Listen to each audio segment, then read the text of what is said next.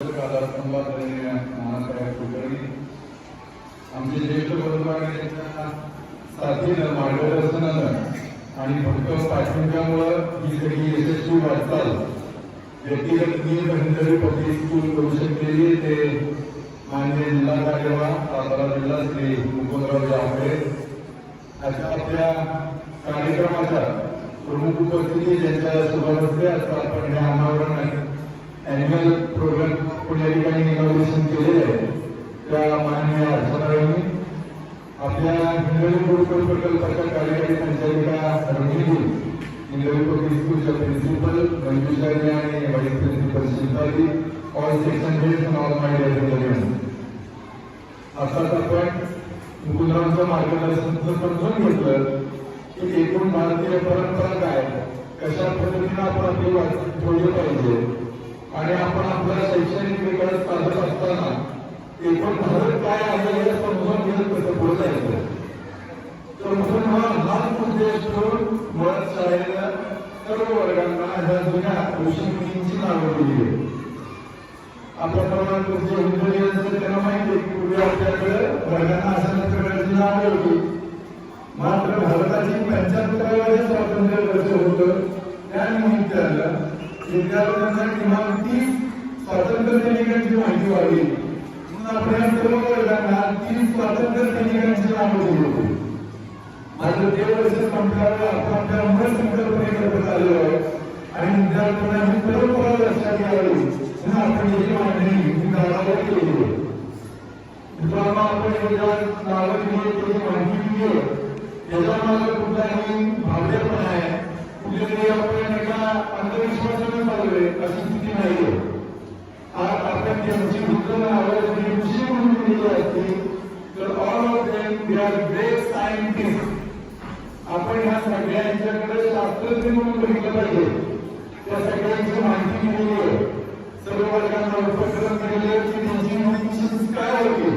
आज आपण फिजिक्स शिकतो केमिस्ट्री शिकतो सायन्स शिकतो मेडिकल सायन्स शिकतो मात्र सगळ्याचा बेस हा आपल्या प्राचीन भारतीय परंपरेला समजतो आणि सगळ्यात महत्वाचं असं की 10,000 वर्ष आपला भारत देश जर कुठल्या एका गोष्टीसाठी ओळखला जात असेल तर ती आपली थोड ज्ञान परंपरा आणि शिक्षण क्षेत्राचं तीर्थक्षेत्र जर म्हणता येईल अशा भारत देशाची ओळख होती.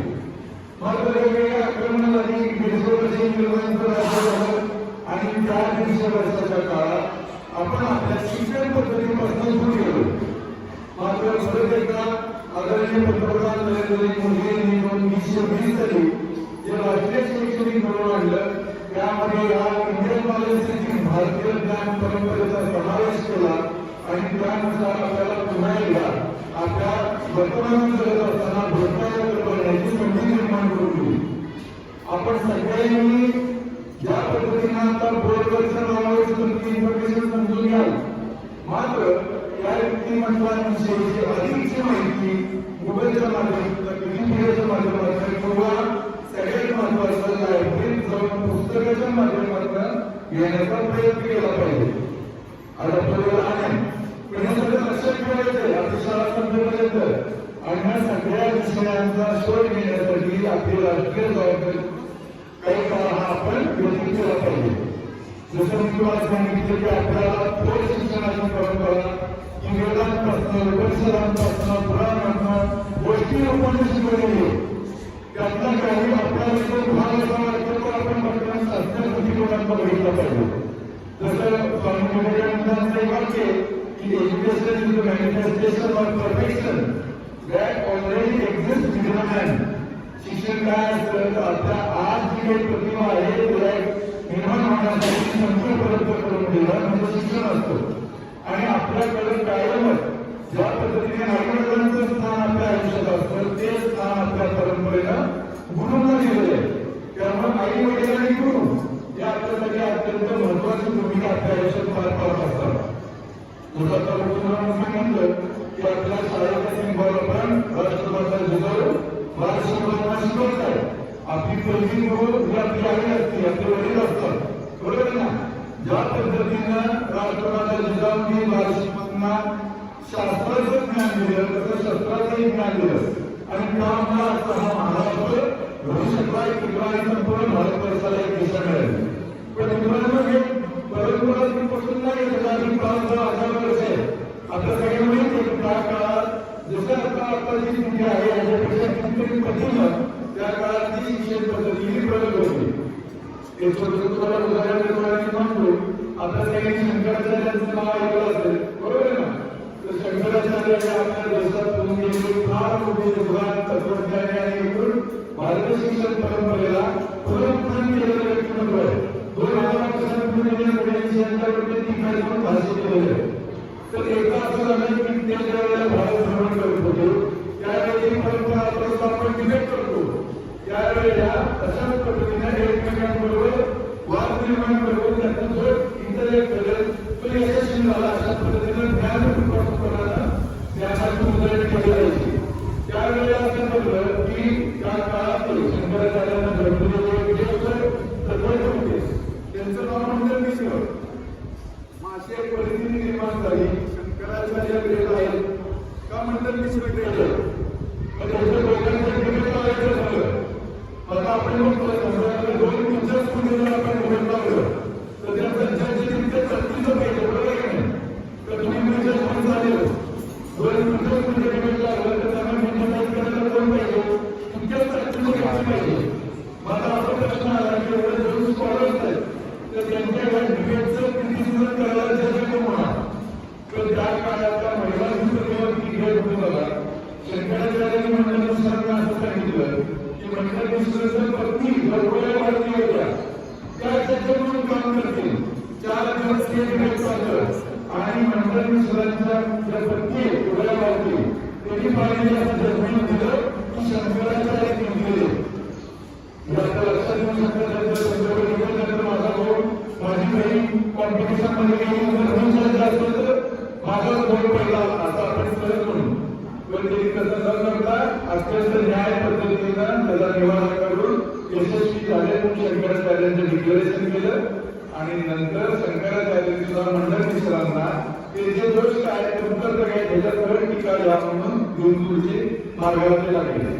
त्यामुळे अशा पद्धतीनं आपली ज्ञान परंपरा आहे की जसं टीचर तुम्हाला शिकवत असते किंवा शिकायला मदत करत असते तसं टीचर सुद्धा तुमच्या सगळ्यांकडनं शिकत असते बरोबर आहे ना. त्यामुळं आपल्या जो गुरुपर्यंतचा जो त्यातला सुरक्षेची प्रार्थना आहे ती सांगून मी माझं मनोगत संपूर्ण आहे. प्रार्थनेने आपण सगळ्यांनी ऐकलं असेल ओम सर्वावयम सर्वभूतम सर्वैकं सर्वावय तेजस्विनावतीं वस्तु माहिती दिसावय. ही कुठल्या देवाची प्रार्थना असेल कोण सांगू शकेल. कुठल्या देवाची प्रार्थना आहे माहिती आहे. ही प्रार्थना एका गुरुंनी आणि शिष्यांनी एकत्रित केली आहे. काय म्हणतात ते गुरु आम्ही दोघं मिळून एकत्रित चांगलं शिकू आम्ही एकमेकांच्या बरोबर सर्वांना चांगल्या ज्ञानाचं ग्रहण करू आम्ही एकमेकांचा दोष करणार नाही आणि ह्या सगळ्यांना आमची प्रगती होऊन सगळ्यांना सुखशांती आणि समाधान प्राप्त होते. याचा अर्थ आपल्याकडे अशी परंपरा आहे की मी शहाणे आणि तुला काहीतरी सांगतोय एकमेकांकडून शिकत शिकत ही प्रोसेस पूर्ण करत ही आपली जुनी भारतीय ज्ञान परंपरा आहे. मधल्या आणि मोठ्या काळाच्या ज्ञान असताना आपण परत एकदा त्या दिशेने चाललेलो. तुम्ही सर्वजण या क्षणातून भाग्यवान की या पिढी या महाराष्ट्रात काही वेळेस चांगल्या वेळेस जागरूकतेच्या माध्यमातून एका चांगल्या शाळेत शिकत आहात. तुमच्या सगळ्यांचा अप्रोच अतिशय चांगला आहे. सगळेजण समजून घ्यायच्या मागे असतात टीचर्सना कोऑपरेट करतात. नवीन नवीन गोष्टी समजून आपल्या सगळ्यांना बोलणं अत्यंत गरजेचं आहे. आता 16 जूनपासून 15 जूनपासून आपली शाळा सुरू झाली. हे फुल एज्युकेशन घेणं आहे ते तुम्हाला सगळ्यांना अत्यंत चांगलं आनंददायी मजा म्हणून नसतीकडे मात्र अत्यंत चांगल्या पद्धतीने ज्ञान संपदा प्राप्त होऊन पार पाडावं अशा शुभेच्छा देतो. आमचे जसं म्हणजे तुमच्या सरकारी मुकुंदराव आपल्याला या ठिकाणी उपस्थित राहून तिने जशा कार्यक्रमाची शोभा वाढवली तसं माझे मनोमन डोक्यात अशी संकल्पना होती की जर अशा प्रकारे एखाद्या उपक्रमाची सुरुवात करायची असेल तर त्या उपक्रमाचा चांगल्या पद्धतीने आपलं आयुष्य व्यतीत करा आणि आदर्श व्यक्ती म्हणून आपलं आयुष्य जगत असलेले कुटुंब आपल्याला उपक्रमाला आपण शोधत होतो. या निमित्तानं मुकुंदराव आणि आल्यानंतर मनपूर्वक आभार मानतो. आणि तुम्हाला सर्वांना हे सर्व टीचर्सना या शैक्षणिक वर्षाच्या शुभेच्छा देऊन थांबतो. Thank you very much.